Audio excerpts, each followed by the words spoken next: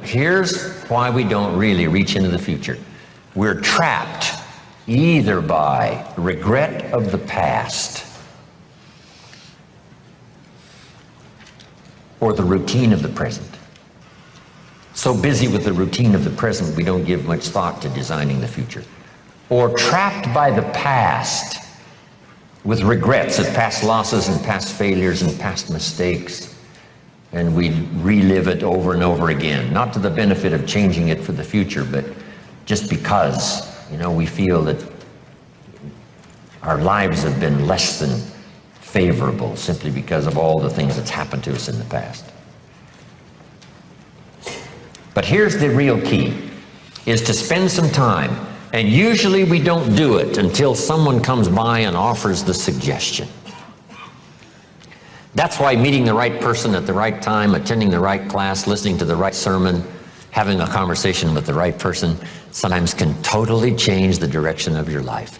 And you're never the same after that personal contact, or sitting in that class, or reading that book, or coming face to face with someone who says, hey, our lives are not that good, what could we do to change? And that very conversation starts this whole process.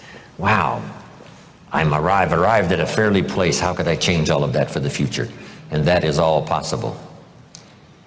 And this point of contact, maybe today, will help change all of that and give some of you a new glimpse of some of the possibilities. We talked a little bit earlier about the possibilities and believing that the possibilities were possible for you, and then going to work and make them happen.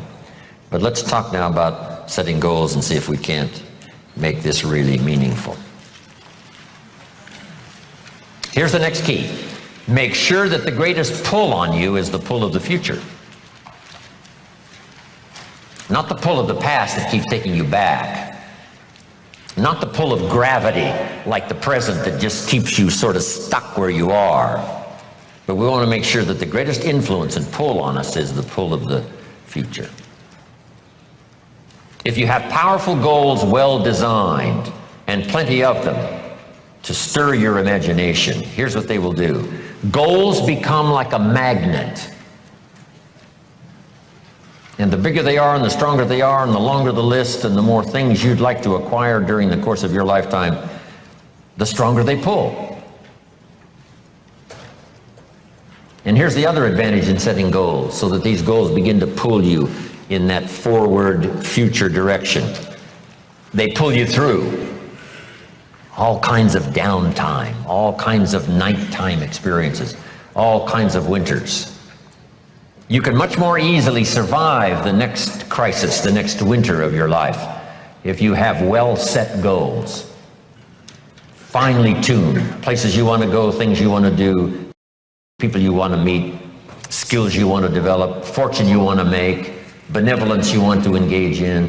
If all of that becomes powerful and clear and you're on your way, I promise you, no matter what happens, those goals will pull you through. You won't be lost in the middle because you'll be able to see beyond. So with that in mind, let's now engage in this little session. It may be one of the most important for the weekend, designing the next 10 years. I want you to take a fresh piece of paper, or at least put a title up on one page and call it Goals Workshop. And in this Goals Workshop, I'm going to ask a series of questions, and I want you to write down the question first and then do the exercise. Okay? Write down the question first and then do the exercise. If you're ready to go, say, let's go. Here's number one. I want you to list 5 things you've already accomplished that you're proud of. Make a list of 5 things you've already accomplished that you're proud of. Because all of us have set goals, maybe haphazardly, maybe spasmodically. Even when we were kids, we wished for something, worked hard, and sure enough, we got it. List 5 achievements, 5 goals that you've reached in the past already that you're proud of. If you won a gold medal at the Olympics, that would be a good one to put on there. Whatever you've accomplished, just a list of 5 things. This is just a little review that, we're not sitting in a very bad place. We've all accomplished some things. Some of us, a lot of things. When you're working with children, this is a good exercise to start with. What have you already accomplished that you're proud of?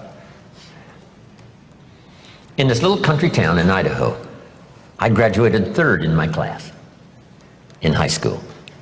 And I'm going to another class reunion in September. I graduated in 1949, 3rd in my class. I was pretty proud of that, because I wasn't the smartest kid in the world. But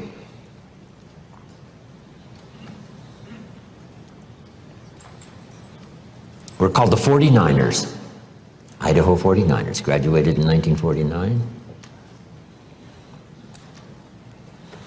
It'll be interesting, right? Another class reunion come September. Some of my classmates are still there in this little farm community, farmers, bankers, real estate people. It's a great group.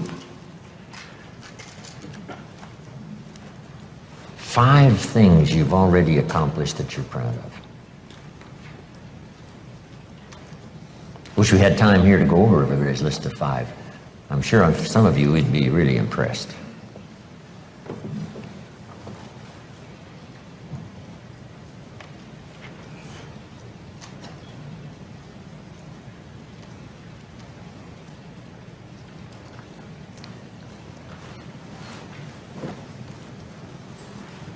Five things, 5 achievements.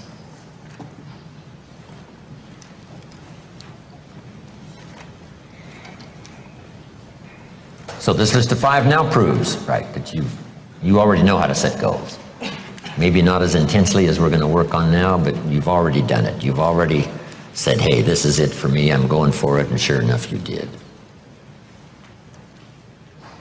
Okay, here's what's next now. I want you to make a list. What are the 50 most important things you can think of that you want to accomplish and have in the next 10 years? So just put at the top of this now, my 10-year goals, and I want you to make a list of at least 50 items. Little things, big things, and it doesn't matter what they are. Now this list does not mean the list of the things you think you can acquire. This is a list of the things you want. You just let your mind run free. A list of 50 items that would really do it for you in the next 10 years. If you had this, if you went to these places and met these people, and if you had these skills and these investments, education for your children, all the rest of it. So I want you to take the time now. And I want you to go right down the page, not side by side on your goals, right down the page.